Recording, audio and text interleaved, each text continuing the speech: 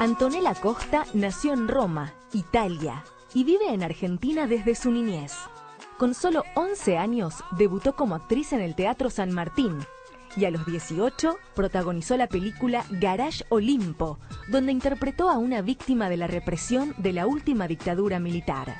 Desde entonces participó en tiras como Amas de Casa Desesperadas, Epitafios II, en teatro y en más de 20 películas que la convirtieron en una de las actrices más buscadas y representativas del cine argentino.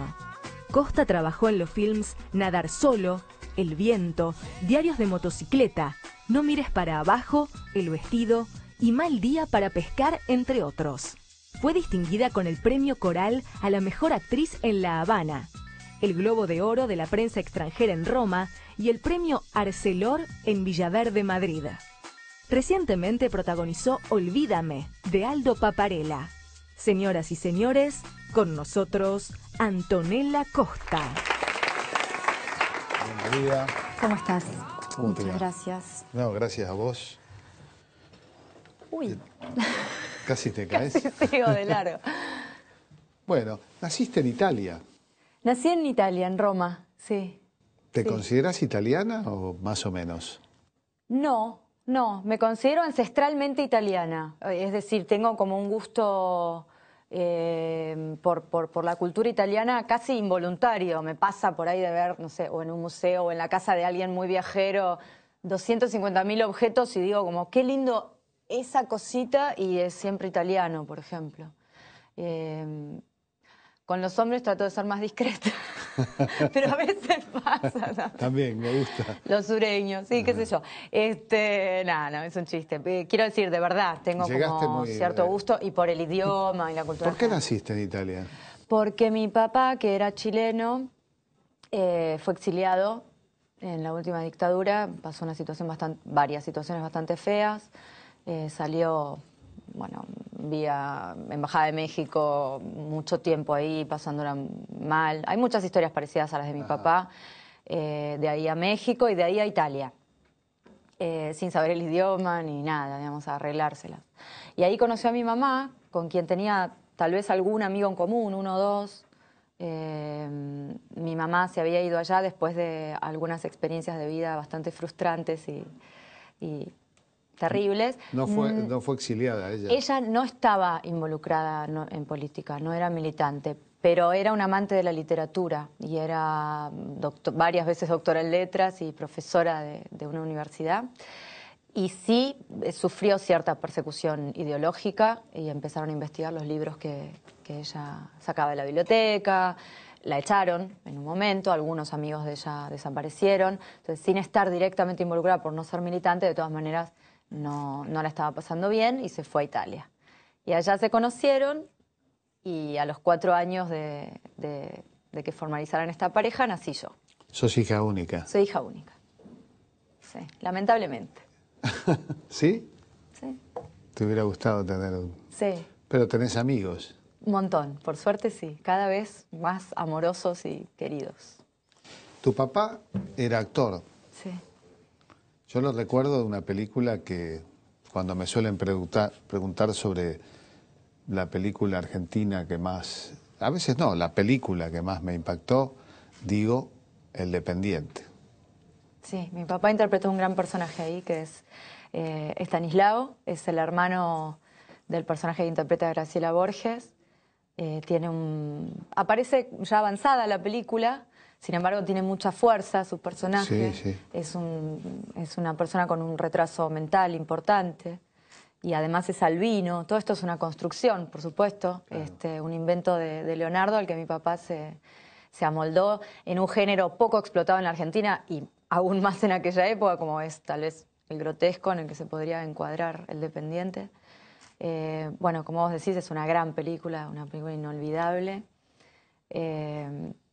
Y lo que hace mi papá ahí a mí me sigue conmoviendo. Realmente me sorprende. Es muy arriesgado y es muy conmovedor lo que hace. Es una película, sí, tiene muy pocos personajes. Es una película inquietante, extraña, es una película rara, difícil de encasillar, ¿no? Sí. La composición de Graciela Borges es también estupenda. maravilloso. Todos, la verdad que no hay fisura sí. en esa película. Sí, no tal hay. cual, sí. Es una maravilla esa película. En realidad, Fabio, bueno, a mí me gustan todas las películas de Fabio. Algunos dicen, no, yo no sé, bueno, Nazareno. A mí me gusta muchísimo Nazareno Cruz y el Lobo, me gusta mucho Juan Moreira, todas. Ni que hablar de Perón, Sinfonía de un Sentimiento, que es una de las pocas películas que me hace llorar, ¿no? Bueno, la voz en off que relata toda esa película es la de mi papá. No, ¿en serio? Sí.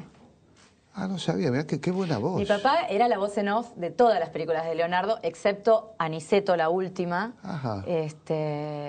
bueno, que la hizo él mismo, la narró Leonardo, pero de Nazareno, del romance de Aniceto y la Francisca, además de que mi papá inventó ese título larguísimo. Una voz, pero era locutora Era la además, voz. ¿o no? No, tenía una voz hermosa. Fantástica, Con realmente. mucho Estoy sentimiento. recordando, sí, porque Fabio en algunas de sus películas adopta, especialmente en Nazareno, el estilo folletinesco, y hay un relato de cuento. Es un cuento, ¿no? Es un cuento de Lobizón. Y la voz es verdaderamente sorprendente. Además, jugando en paralelo con otra voz, que es la de Alfredo Alcón. Sí. Casi nada, ¿no? Casi nada. Terrible monstruo hace de la diablo. interpretación, sí. Vean esas películas cuando puedan, ¿eh? Nazareno Todas. Cruz el Lobo, El Dependiente, Juan Moreira, El romance de Aniceto y la Francisca, Crónica de un niño solo. Las suelen dar en Inca TV y si no se consiguen, no, hay que verlas. El cine, Fabio, yo tuve la vida me dio la suerte de presidir el instituto y poder darle el subsidio para que filme Aniceto. Y luego me dio una segunda oportunidad que es el último trabajo de Fabio, pocos lo saben, es un cortometraje que se hizo en 25 miradas, 25 cortos que se hicieron con motivo del Bicentenario. Ahí Fabio compagina fragmentos de sus películas con frases de próceres. Sí, lo vi con motivo del espectáculo de homenaje a la obra viva de Leonardo Fabio, del que tuve el gusto de participar. Ahí también está la voz de mi papá, aunque no está en los créditos. Claro. Está, que además, está él si no me equivoco, había partido hacía poco tu papá. Exacto, sí, en realidad lo que pasó fue eso. En ese espectáculo, que es maravilloso, en el que se reúnen varios personajes que han participado, personas, ¿no?, que han participado, grandes creativos de la obra de Leonardo. Querían convocar a mi papá, con motivo de esto que hablábamos, para que él leyera algunos poemas de Leonardo. En ese momento mi papá falleció 2 semanas antes del Este año, digamos. Sí. Sí, yo vi el homenaje que se hizo en Chile y estuvo Virginia Innocenti, que trabajó en Gatica. Claro, en el siguiente lo querían convocar a papá, bueno, pasó esto, y a solo 2 semanas de eso me preguntaron si yo quería cumplir ese rol y además participar de un mini homenaje a papá dentro del homenaje a Leonardo por haber sido un colaborador de él. Y bueno, yo todavía me pregunto con qué coraje dije que sí. Habían pasado 2 semanas nada más. Y la verdad, bueno, el equipo me sostuvo mucho. ¿Te hizo bien? Me hizo bien. Bueno, a mi papá lo seguiré llorando mientras viva, ya me di cuenta que va a ser así. Dan paz esas cosas, ¿no? Dan un poco de paz. Pero fue muy hermoso y además, bueno, tuve como encuentros de los que estoy muy agradecida con gente, bueno, que incluso desde abajo del escenario toda la gente de organización, etcétera, me sostuvo mucho y arriba del escenario un recuerdo muy cariñoso para Pilín Macei, el guitarrista que compuso el leitmotiv de Aniceto, de la última Aniceto, que me acompañaba con la guitarra y la verdad me dio mucho aliento para poder hacerlo. Los padres, padre y madre, suelen influenciar a sus hijos. ¿Por qué sos actriz y no escritora o crítica literaria o profesora de letras? Y bueno, fue lo que conocí, la verdad. Me parece que tuvo un poco que ver con eso. Mi casa era de poco hobby. Se hacía lo que se hacía o no se hacía, digamos. Era un poco así. Mis papás se dedicaban como muy seria y profundamente a sus actividades y no tenían esta cosa de decir, bueno, y nos vamos a dar un paseo en velero en el fin de semana. No, esas cosas, si no era profesionalmente, con seriedad y con pasión, las cosas no se hacían. Cosa que yo con el tiempo les he reclamado y yo ahora me encanta hacer cosas porque salir a pasear sí, en velero. Claro, lo que sea, qué sé yo, aunque lo haga mal, digo, soy como más informal en ese sentido y me hizo bien. Pero bueno, también reconozco que desde muy chica tuve una conciencia de seriedad con respecto a las artes, ¿no? Que yo me doy cuenta por ahí que otros chicos llegan más transversalmente, más por el lado del entretenimiento, de una cosa, bueno, no profesional a las expresiones artísticas. Pero la verdad que no conocí otra cosa y me generó cierta crisis en algún momento, ¿no? Decir, como, para, ¿cuándo dije yo que quería ser actriz? Sos como la hija del médico que se hace médica. Exacto, un poco fue así. Un poco fue así. Después con los años lo elegí con todo el amor del mundo, con una gran pasión y con la decisión de seguir cincelando el perfil que me interesara a mí, digo, más allá de la generalidad de ser actriz, tratar de encontrarme a mí misma en ese medio expresivo, ¿no? Descubriste tu vocación dentro de la profesión, para decirlo de algún modo. Sí, así fue. Así fue. Y ahora, de nuevo, me pasa con la docencia. ¿Estás enseñando? Desde este año estoy dando clases. A mí hacía mucho tiempo que me preguntaban y me consultaban y me invitaban a dar seminarios, qué sé yo, y yo siempre tuve, como yo soy, digamos, autodidacta, yo considero que el término no es del todo correcto porque yo aprendí de gente, no aprendí sola. Pero no fuiste a la tradicional clase de actuación. No tengo una educación académica en lo mío, no. Entonces siempre ¿No te enseñaron, por ejemplo, lo de la memoria emotiva? Bueno, sí, qué sé yo, sí. Sí, no soy una gran amiga de la memoria emotiva, pero bueno, sí, es una... No. Stanislavski... A ver, no me voy a poner ahora a cuestionar a Stanislavski así en 10 palabras. Acá se puede todo. Bueno, mira, era un tarado. No, a ver, fue el primero que se sentó y se tomó el trabajo de teorizar acerca de este arte tan inacible como es la interpretación o la actuación. Así que mis respetos hacia él, por supuesto, y para siempre. Además de que en realidad no hay técnica incorrecta para la actuación, no existe, porque siempre a alguien le puede, o en alguna circunstancia, o en algún contexto, o en alguna época, o en algún país, le puede servir lo que cualquiera plantee como una técnica de actuación. Así que en ese sentido no lo cuestiono ni a él ni a nadie. Ni al Actors Studio, ni a Eric Morris, ni a todos los gurúes, digamos, en el buen sentido, no lo digo despectivamente. Exacto. Pero... ¿A qué edad debutaste actuando profesionalmente? A los 11 años. 11 años. A los 11 años en el Teatro San Martín, haciendo en la sala Casa Cubierta, encima preciosa sala, haciendo Woyzeck de Büsner, una gran obra. Yo era una de los niños, por supuesto, no era más que eso, pero no una gran experiencia. No hacía de Woyzeck, no comía garbanzos y esas cosas. Teníamos un elencazo. Woyzeck lo hacía Luis Campos, Cecilia Echegaray era María. Teníamos a María José Gavín haciendo la amiga y además interpretaba unos tangos en vivo, acompañado por la Portuaria cuando eran 3, en vivo, tocando unos violines, unas cosas ahí, cantaban unos tangos. En lo que era la fonda, Tino Pascali era el médico, Cutuli era el organillero, el vendedor de cuchillos era Natán Pinzón. Natán Pinzón fue profesor mío en el Instituto de Cine. Mira. Y entablamos una amistad. Hace poco en un programa hablábamos de una película de Hugo Christensen, donde Natán Pinzón hacía un protagónico. Gran actor, hacía todo cine negro, ¿no? Sí. Por portación de rostro, además. Exacto, bueno, imagínatelo ahí vendiendo el arma. De galán nunca, no. Claro, no le tocaba. Y bueno, y nada, éramos un montón, la verdad que actores, además de las más distintas disciplinas, me acuerdo, bueno, Luis Aranowski, que en ese momento, bueno, también un gran clown y un gran poeta, bueno, un músico y de todo, gran amigo ahora mío, pero estábamos todos ahí, yo era muy chiquitita y presenciaba todo esto a mi alrededor y la verdad que ¿Dijiste quién era el director de...? Ricardo Holzer. Ah, Ricardo Holzer, sí. Bueno, vamos a ir a un corte y seguimos conversando con la argentina, nacida en Italia, Antonella Costa.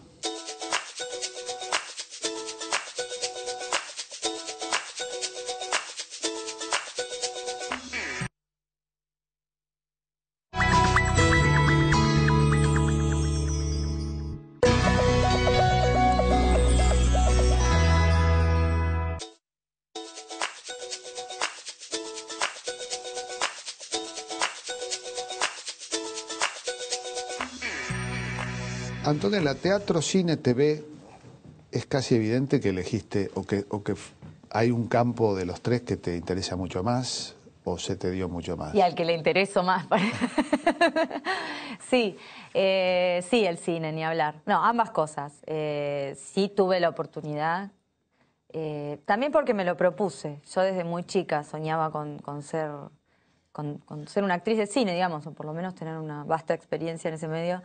Y todo el mundo me decía, bueno, más o menos, ¿y de qué vas a laburar? ¿No? Como cero esperanza. Eso lo preguntan los padres en general, también cuando elegís filosofía, sociología, ciencias políticas, o sea... Sí, sí, mis padres mucha autoridad no tenían en ese sentido porque hacían lo mismo, pero... La gente te pregunta. La gente.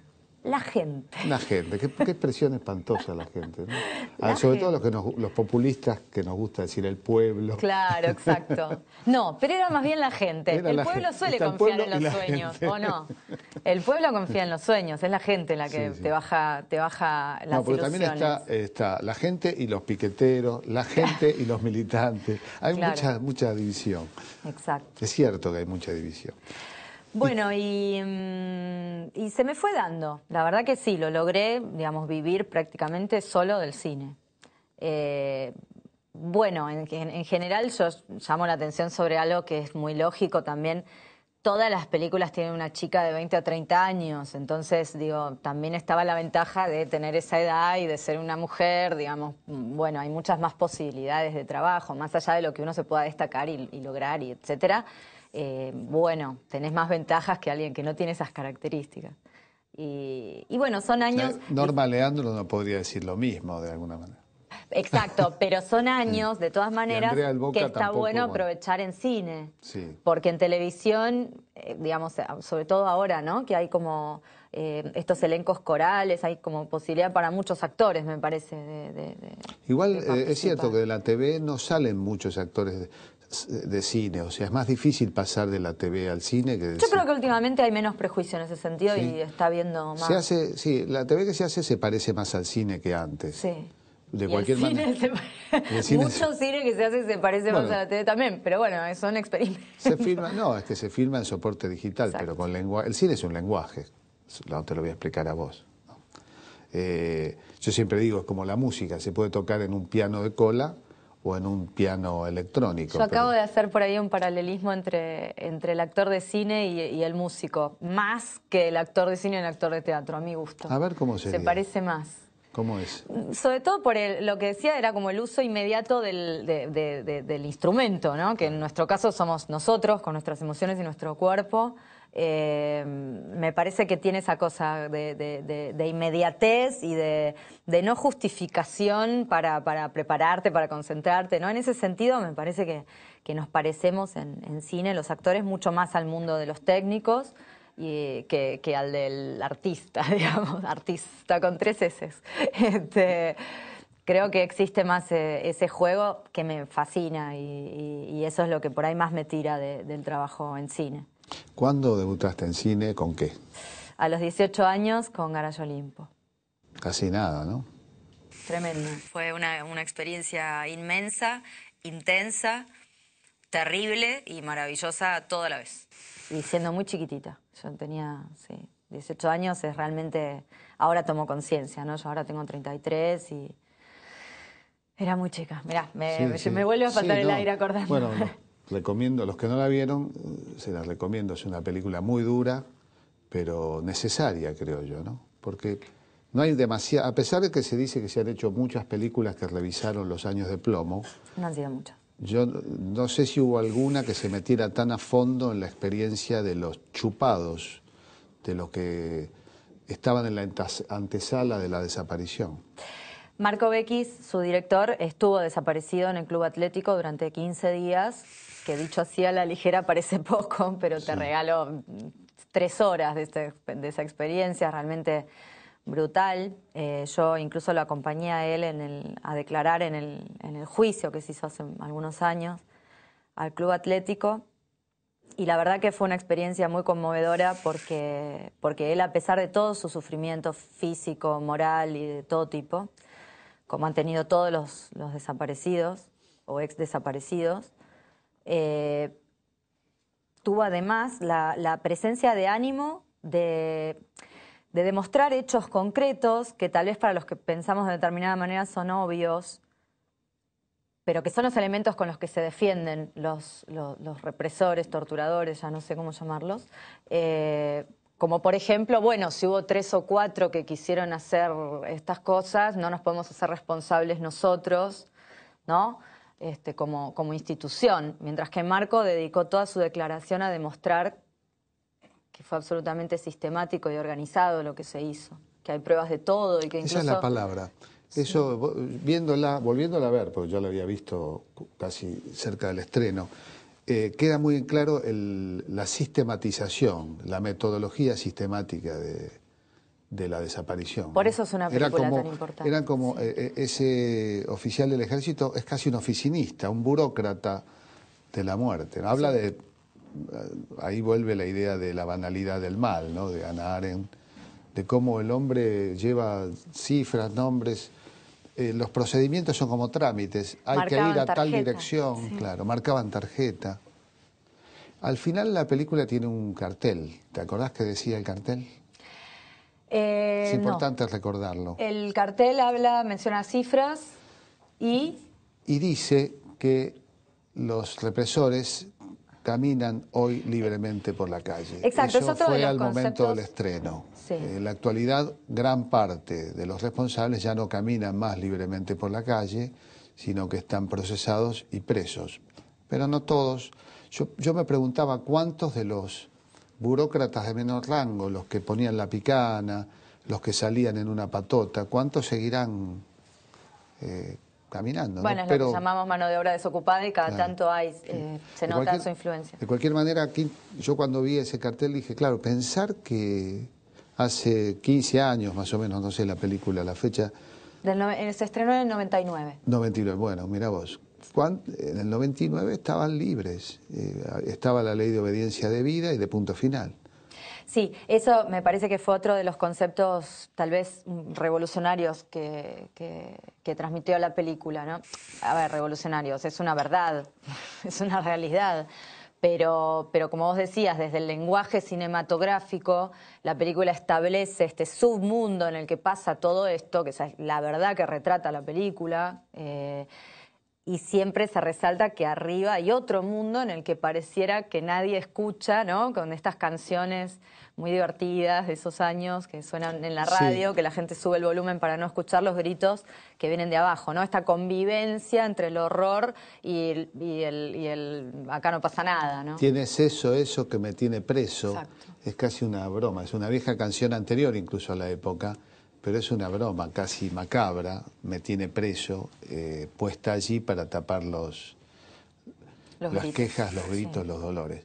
Bueno, la experiencia me imagino, pero bueno, no quiero que hablemos solo de Galayo Olimpo, porque además filmaste mucho. ¿Cuántas películas hiciste?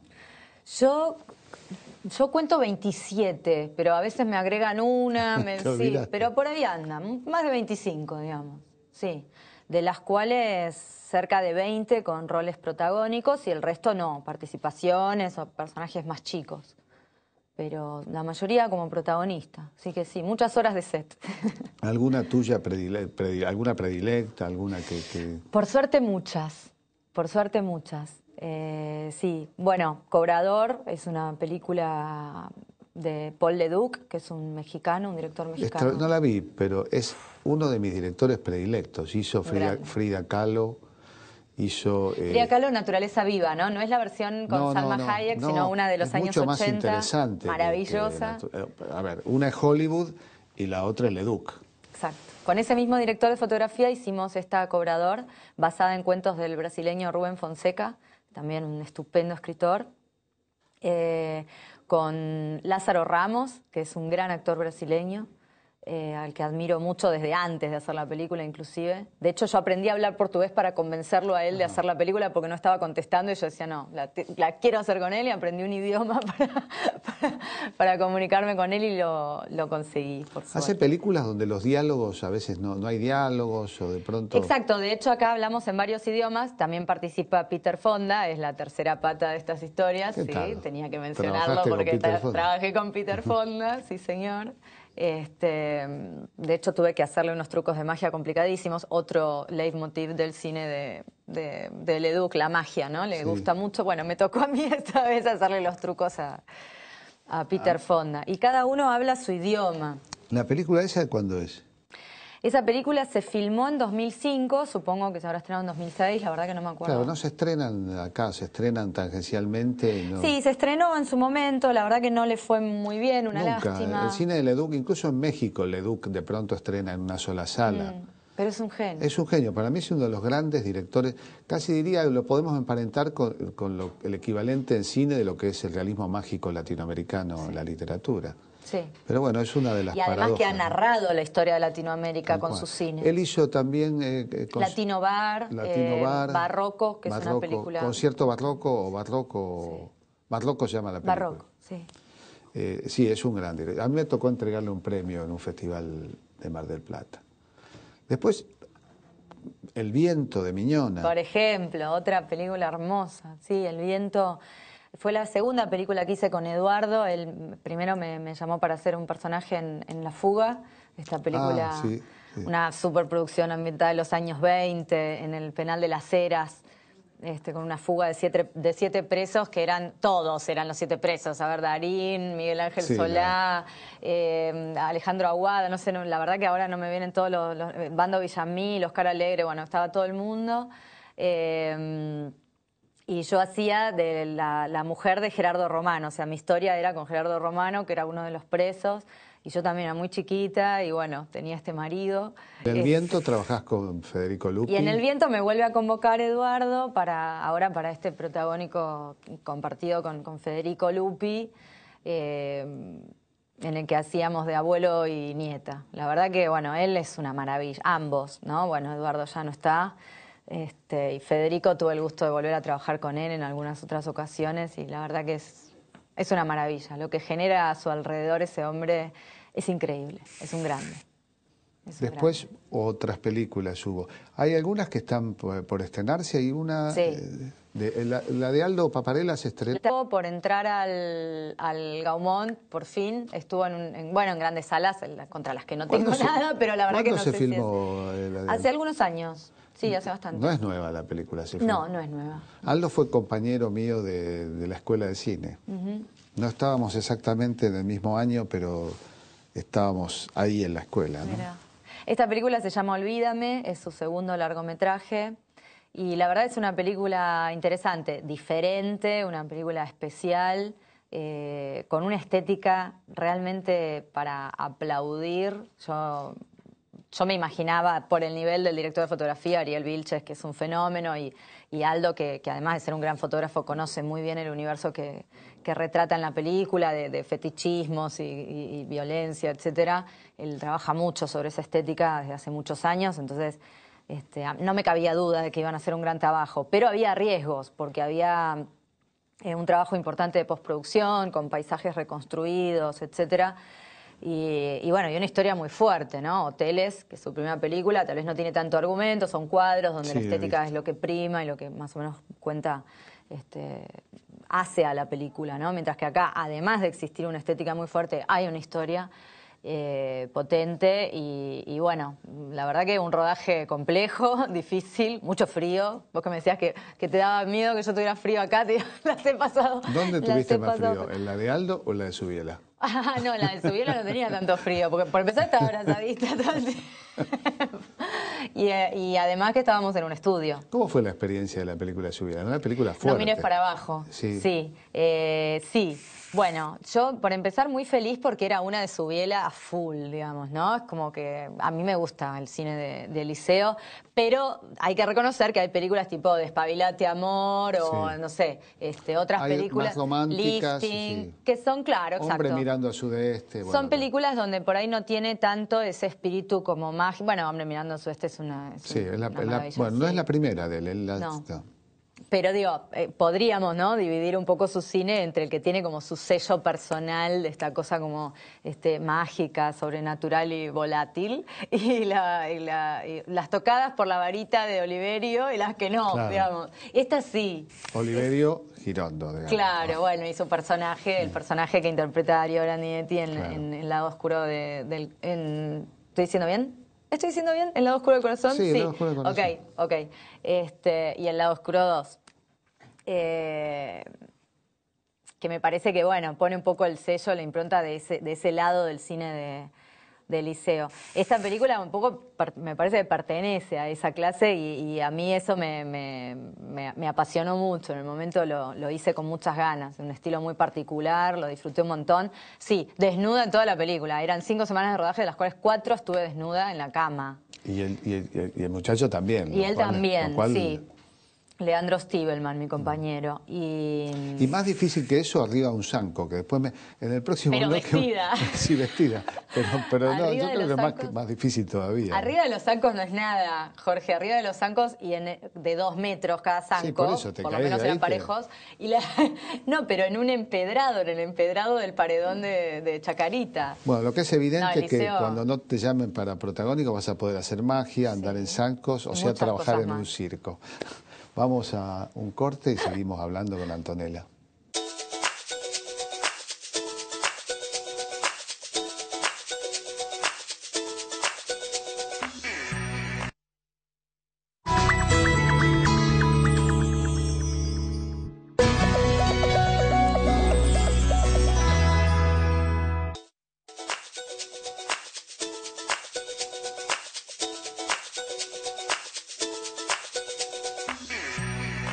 Estábamos hablando, trabajaste con directores interesantes, pero también tuviste buenas experiencias con directores debutantes. Sí, sí, de todo. De todo. Pienso en una película que vi hace poco, que me sorprendió muchísimo.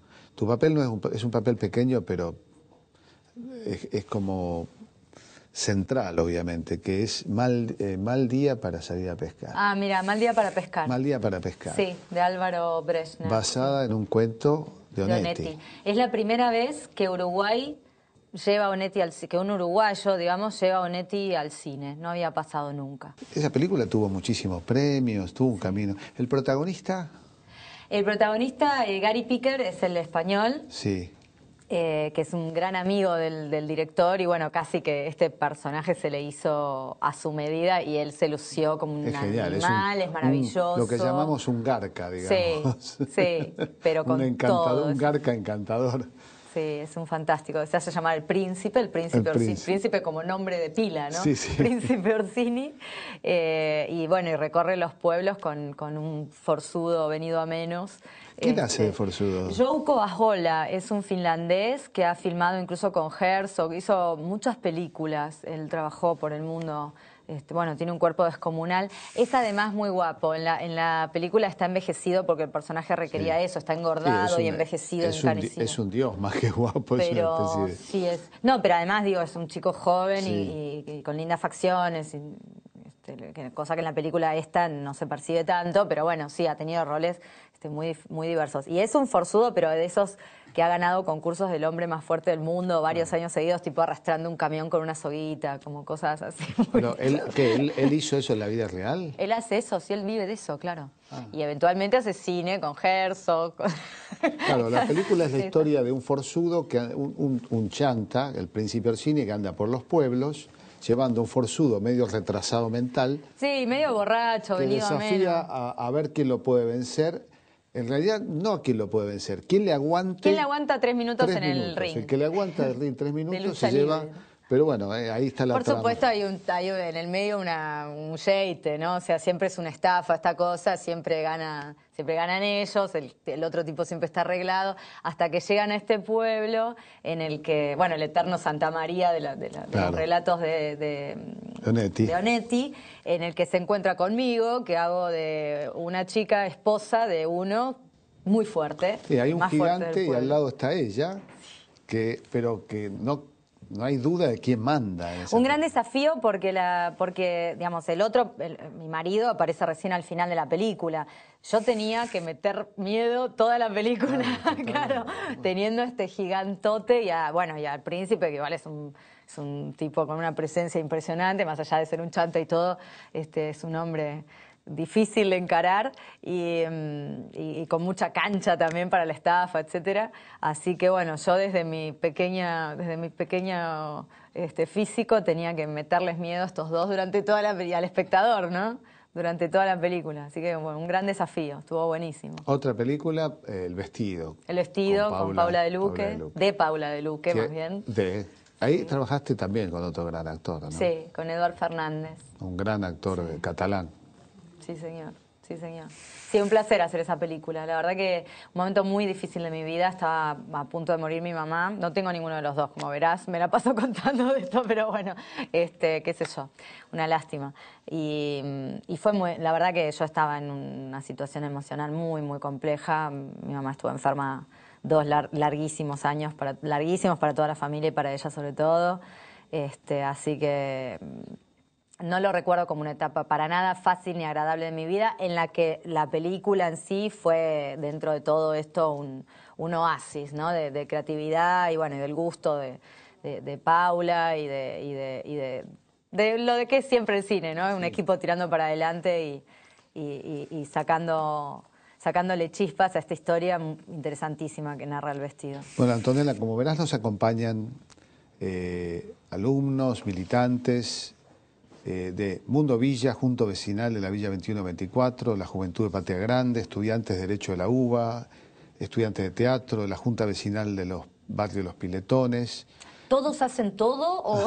No, hay de distintos lugares. Lo que pasa es que, claro, hay mucha gente de la Villa 2124 donde hay distintas actividades y asociaciones, ¿no? Comentábamos recién que Garayo Olimpo se filmó ahí, una parte. ¿Ahí o en la 31? Me parece que era con elenco, con gente de la 31. En la 21. En la 21. En Barracas. Sí.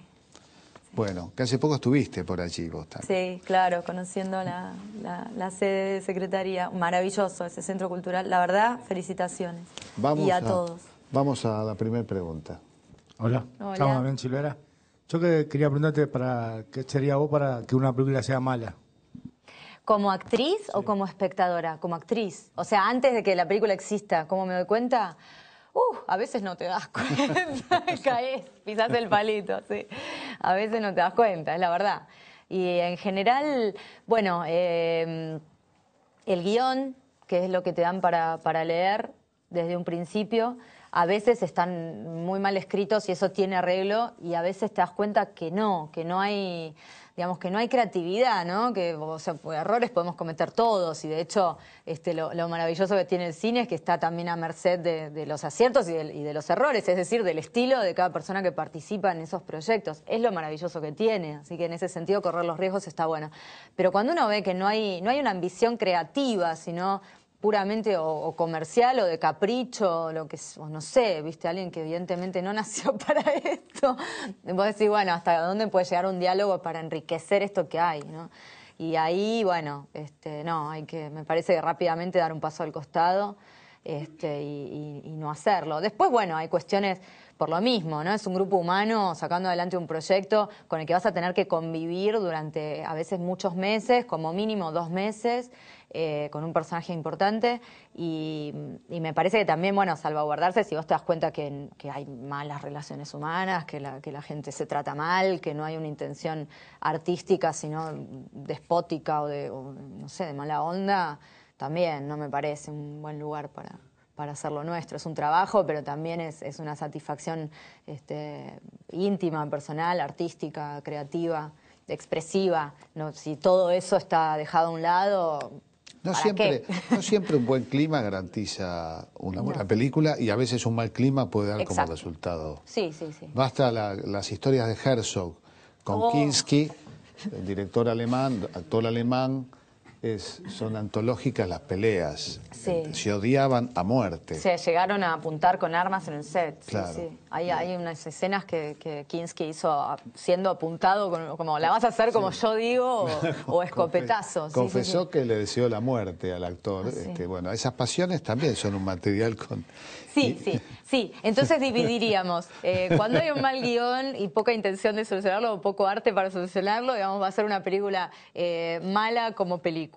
Y cuando el grupo humano no va ni para atrás, es probable que la película sea buena, pero va a ser una mala experiencia, una mala película para el alma, digamos, del actor. Esa sería la respuesta completa. Bien, ¿tenemos otra pregunta? Sí. Hola, me llamo Juan José. Mi pregunta era, ¿cuáles son tus mejores recuerdos viendo una película en el cine? ¿De las que yo hago? Sí. todo. Yo disfruto mucho de lo que hago, de verdad lo amo un montón. Y en general es muy difícil despegarse. Las primeras veces que uno ve una película te acordás como qué cablecito pasaba por atrás. Uy, ese día comimos arvejas, no sé, como que sabés todo, te acordás de todo. Yo además tengo muy buena memoria, entonces siempre está como muy presente todo el anecdotario que rodea a un rodaje cuando veo la película.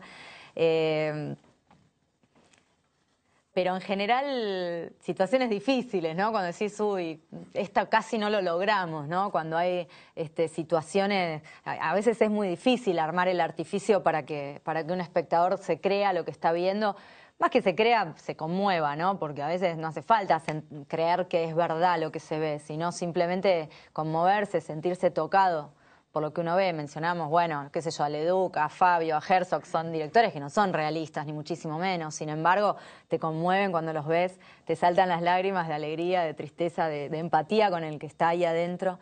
Y bueno, cuando uno además participó del proceso creativo, a veces, y sobre todo en este país, con muchas dificultades, a veces son un montón, de verdad, es muy difícil armar eso que después se ve y que resulta tan fascinante.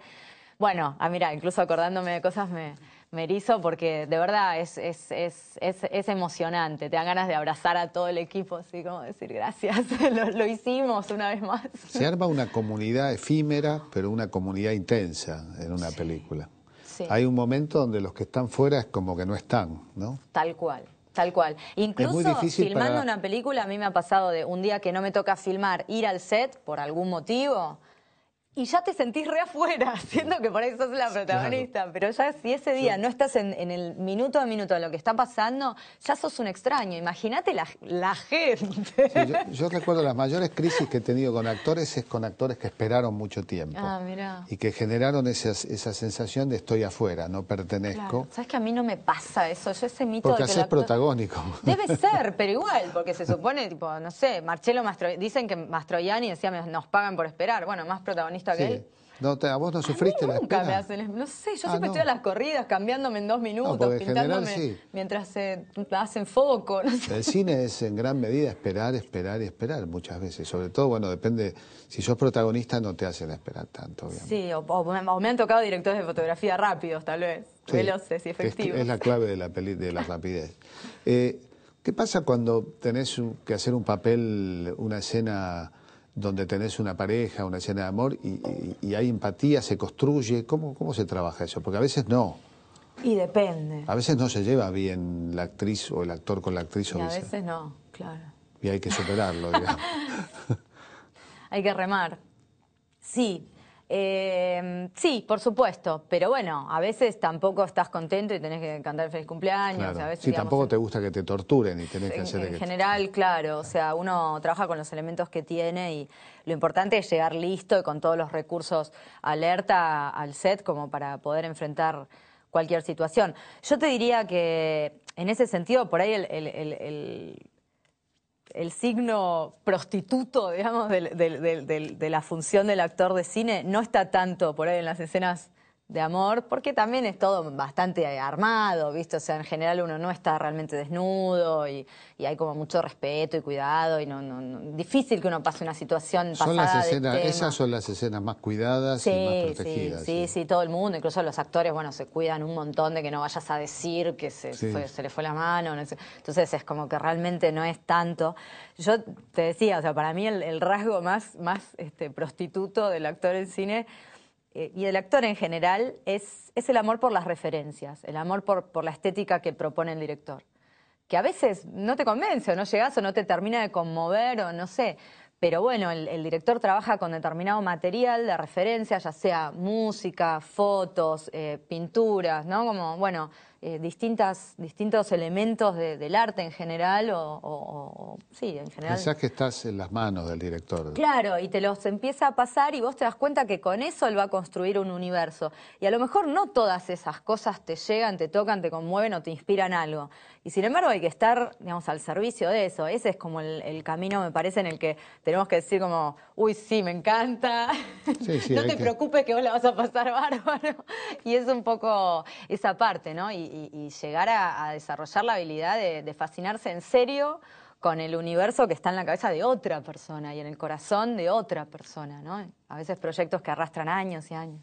A vos te ha tocado dirigir también, no en cine, pero en teatro. Sí, sí, tuve una experiencia. Vi al menos una obra tuya, una. Sí, hice la del ascensor. El montacargas.